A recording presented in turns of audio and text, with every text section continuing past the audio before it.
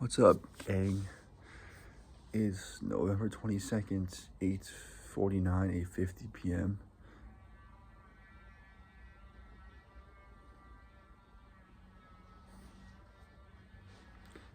Okay, I thought it was a weird animal.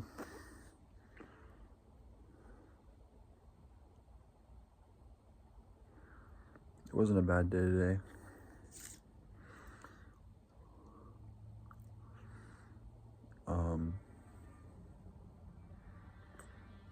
It wasn't a bad day. Went to work with my brother. I don't know, man.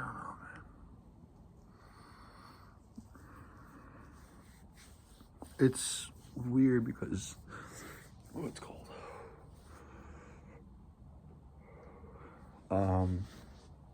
It's weird because when I went on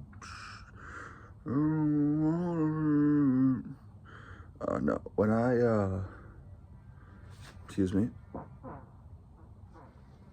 when I try my hardest to not think about her,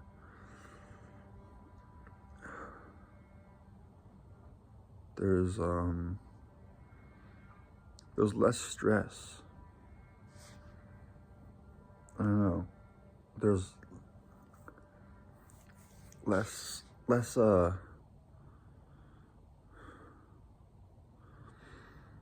worry about her, if that makes any sense. But I'm not worrying about her. And I guess it's a good thing though, because when we were together, I tried my absolute hardest to be the best boyfriend she can have, right? Not toxic, understanding, respectful of her boundary she make, and loving, right? I tried my hardest to be that person.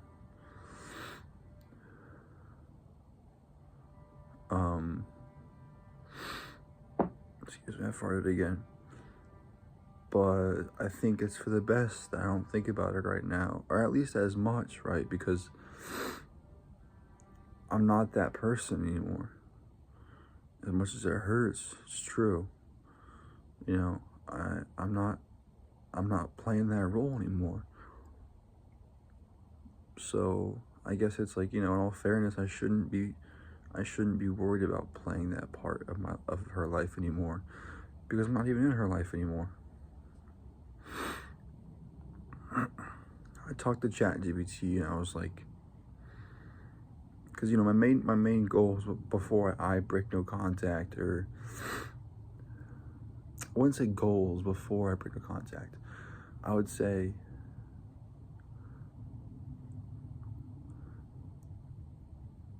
because I'm respecting her boundary. She made the no contact, so I'm letting her reach out. If she wants to reach out, that means she's, she feels mentally safe to do so, and I'm gonna give her that respect.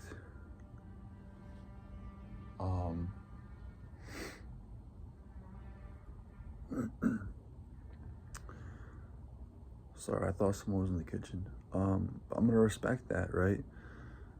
But if I ever get to a point, and these are my goals, that I feel secure enough to reach out to her, I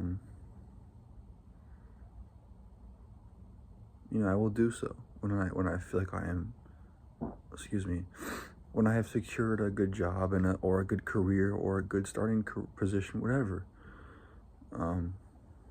But she's heading off to Air Force in 2026, so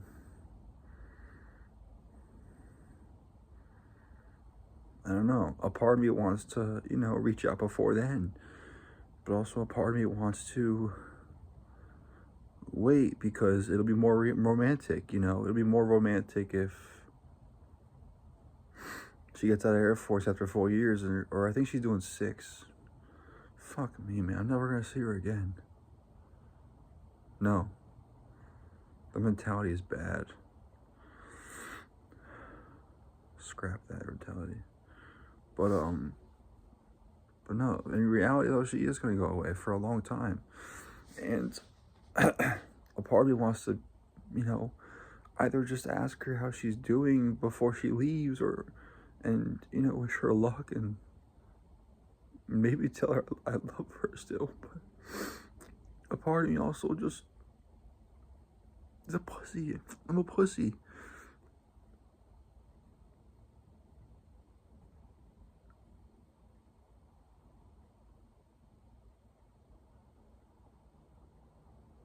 I don't know, man.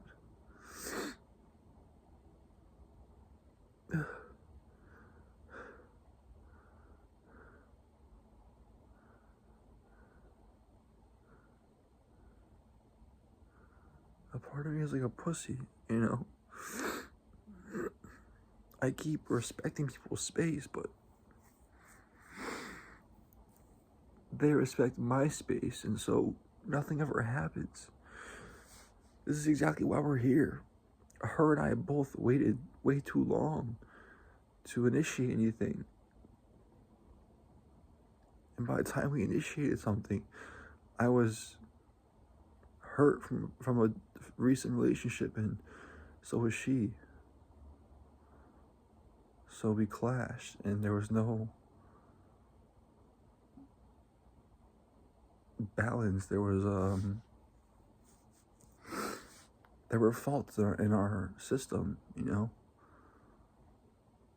and both of our faults don't breed a good, a good pure relationship. It bred an unbalanced one. I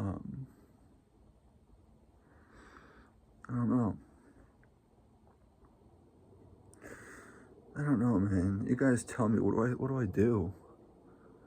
When should I reach out? It's been 5.5 months, and ChatGPT was like, the usual amount of time average amount of time for no contact before someone,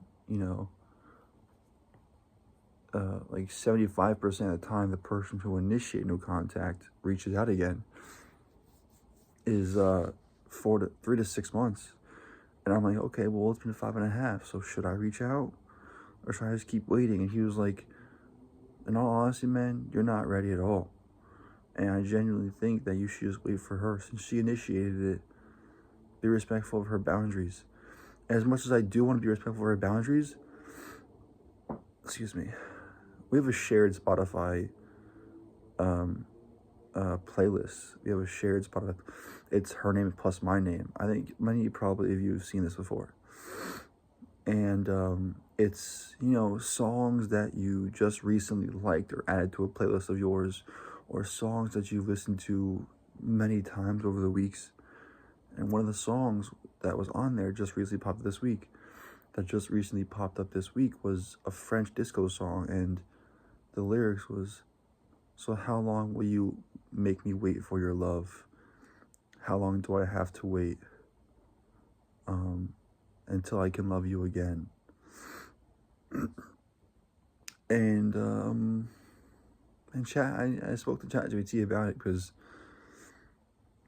it's a free therapist, and ChatGPT was like,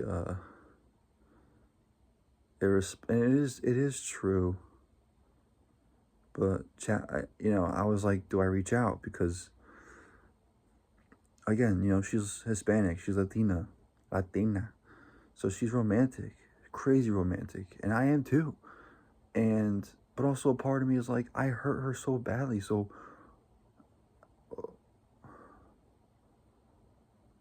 I don't understand it. Why would she want to reach out? Why would she want me to reach out to her if I hurt her so badly? But then a part of me thinks maybe she still believes that there's good inside of me, and maybe she thinks, or maybe she's healed from it all, and she still believes I'm a good person, and I don't know. But also she loves playing these mind games, like little hints here and there, or doing, like, reposting something that she'll know I see, or she knows I'll see. And it's like these mixed signals, you know? So it's like, I don't know, do I reach out? Do I not? It's like, oh, how long, will you make me wait for your love again? It's like, I don't fucking know. Do you want me to reach out? I will if you say yes. Fuck, sorry, I'm so gassy. And I'm like, I won't reach out if you don't want me to. It's that simple. And I also realized, like, from a young age, and I'll probably write a journal entry in the notebook soon, but I realized at a young age is when it started. My dad was raised from a Master Chief in the Navy, so the household was always strict, obviously, right? You know, and my dad raised me on the same principle he was raised on. Is if I yell jump, the only question you should be asking is how high.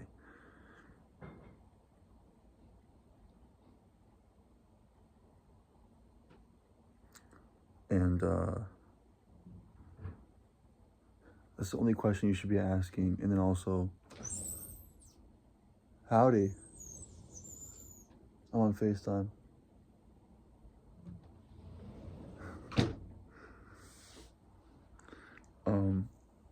Only question you should be asking is how high. And also, another principle is don't speak unless you're spoken to, you know. But also, as a kid, I was hit a lot. You know, if I didn't listen, or if I talked back, or if I didn't do as I was told, or whatever, right? Even if it was the smallest thing, like get me a pen, right? Like, my parents would throw fucking pencils and pens at me all the time as a kid. If I didn't do my homework, like fucking whip it at me, or what?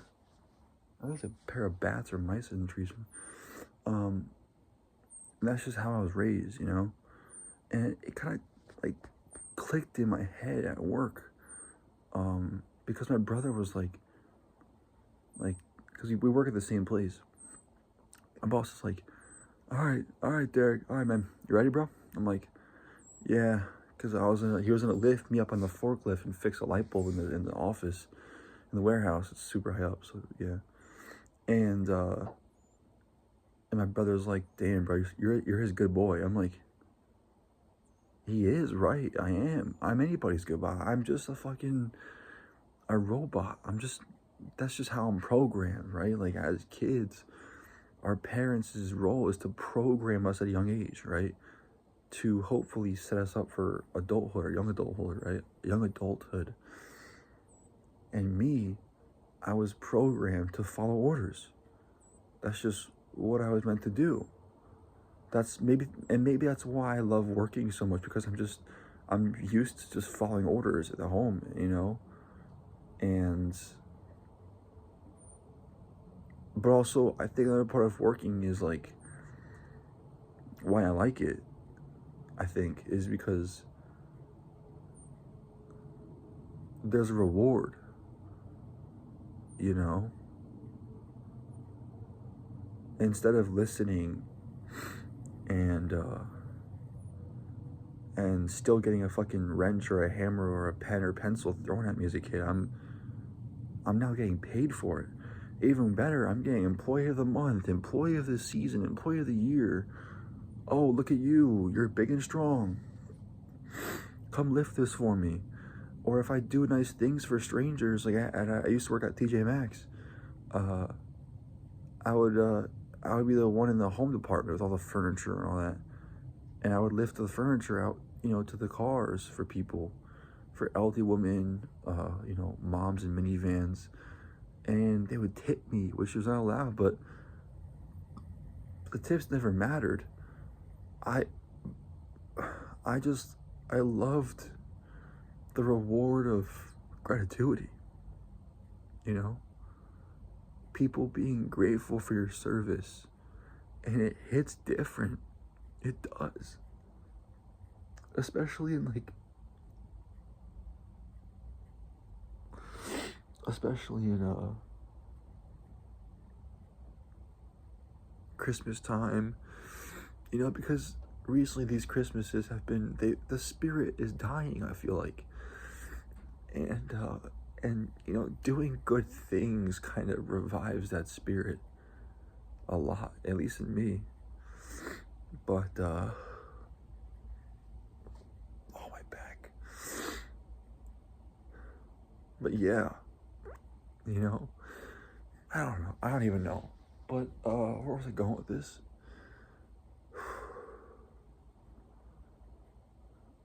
I don't even know where I was going with this. Something is in those woods. I just saw it move, like the silhouette of it. That was creepy. I did shit. For dinner, I had I think it was the burgers. Like, my mom got these like frozen burgers. Oh, I got the fucking. It's brewing. It's, oh, they're like frozen burgers with like bacon bits and cheese in them. I don't like that, man. Like, she keeps buying them because I said they were tasty. And in classic Italian mother or grandmother fashion, they buy a whole fucking box of them. And it's like, oh, why? I just want a snack here and there, not a fucking meal. But I'll eat them, obviously, because I'm a fat ass. But no, yeah, and I also just, I don't know. I just feel like a plain burger is better than a burger with bacon and fucking all this shit on it. Just keep a burger plain, you know? Or they say simple's better. Simple's sometimes better. Keep it simple. I don't know what they say, but I don't know, man. I don't know. I always think, I don't know. But yeah, the pup got a haircut. I took the dog to get a haircut. He's a completely different dog. They did a great job. But yeah. I went to go give him some treats because I got. It's so annoying, man. Like, I gotta lure him in to his crate because he has really bad possessive aggressiveness. Possessive aggressive aggression. I don't know. Basically, whenever you go near his crate, he goes and like he grabs onto it, like bites the netting, and like shakes the whole fucking crate. Or if the zipper flap is open, he'll come right out and you're there like, hey, treats. Guess you don't want them now. And so I don't know how to fucking train a dog, man. I don't know. But basically, like, we had like an eye down. Like, he woofed at me and like barked at me away. Like, he came out and was like, and I was like, I backed into a corner showing like I'm scared of you. I guess I shouldn't have done because it gives him more power. I don't know. But me being more aggressive back will give him anxiety, make him more scared. And I feel like dogs, I don't know, man. I don't know. I guess that's how I was going with this. And I knew this the entire fucking time. I should never have brought my dog into this house. He would have been better somewhere else.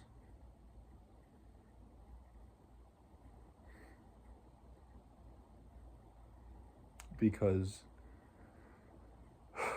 when he was younger, every time he would bite my mom, she would hit him, not like hit him, but like, yeah, she would hit him. She'd be like, stop it, no. And just recently, when he was like a year old, I would say, every time she would like bite her, or like bark at her or whatever, or like, she would take the back of his neck and push his head into like a fucking mattress, and he'd be like,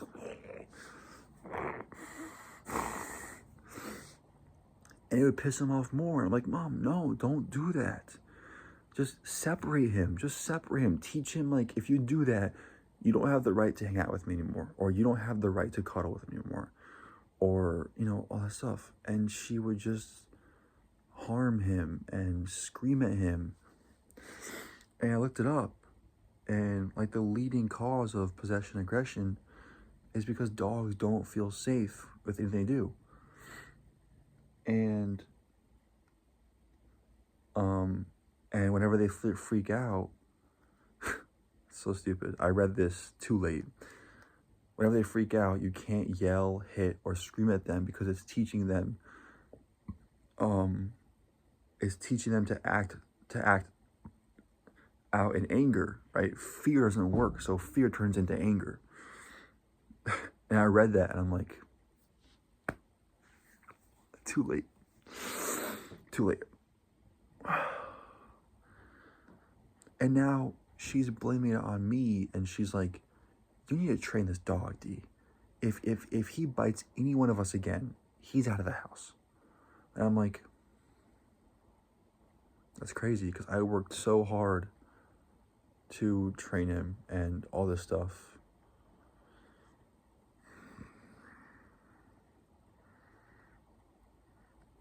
The best I could.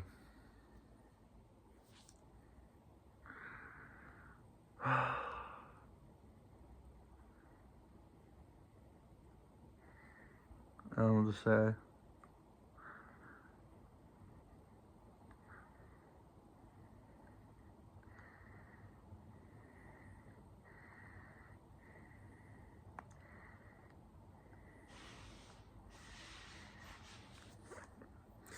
I don't know where I was going with this video, but I want to talk some more because I'm so, I don't know.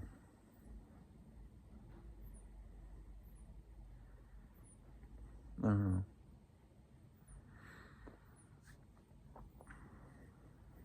I know who to talk to. You know, usually I would talk to her, and she would talk to me, and we'd get some dinner, watch a movie, and then go to bed.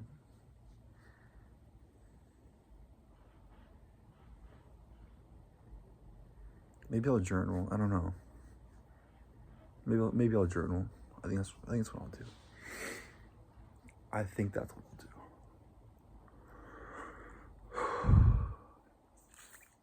I love all of you guys.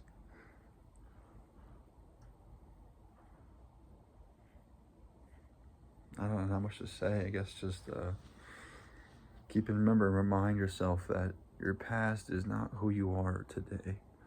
It influences who you are, but that doesn't mean that it solidifies your identity and your way of life, you know? One thing that I can tell you that I've learned myself too late is forget your past. Forget it. What's so important anyways? What's important is now, right?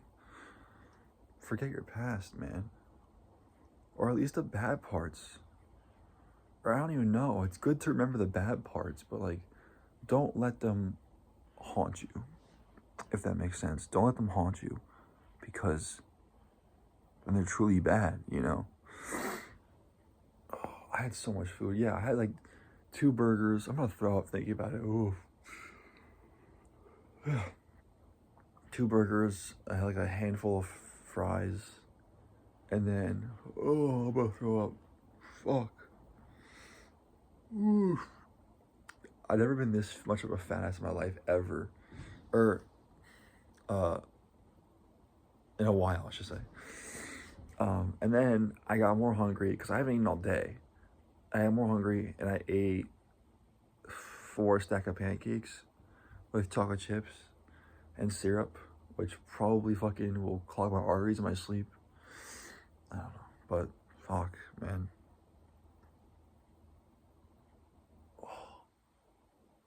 Oh. All right. Yeah, remember your past. Don't let it define who you are now, right? You are in the present, and that's all that matters. What else can I say? I love all of you. Type in the comments if you have anything to talk about.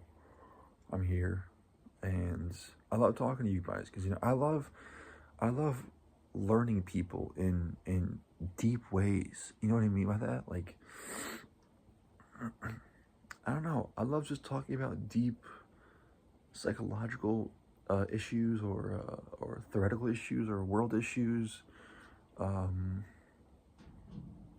life issues, controversial life issues, all these things. So type in the comments whatever you got going on.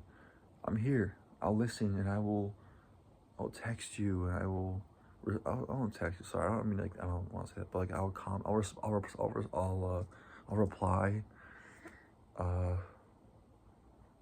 Yeah, I love all of you guys out there. I do. Whoever you are, I hope the best for you. I hope everything goes great. Don't do what I did. I'll see you guys tomorrow. That's what I'll say. That's what I'll say. And to you, you know who you are out there. Where's the camera? I know the camera is, but it's right over there. I love you a lot. Once again, I'm sorry. I couldn't show my love in a healthy way. What the fuck was that? Alright, I gotta go inside. I love you. Please come back. I pray for your health. I will continue to do so tonight. Your family's health. What the fuck is that? Alright, I'm going to bed. Good night, y'all. I love you. I love you. You know who you are. Be safe, please. Stay warm. And goodbye, guys. Take care. Please take care. Be safe. Get some rest, okay? I love all of you guys, okay? Bye-bye. I'm getting cold. Bye-bye.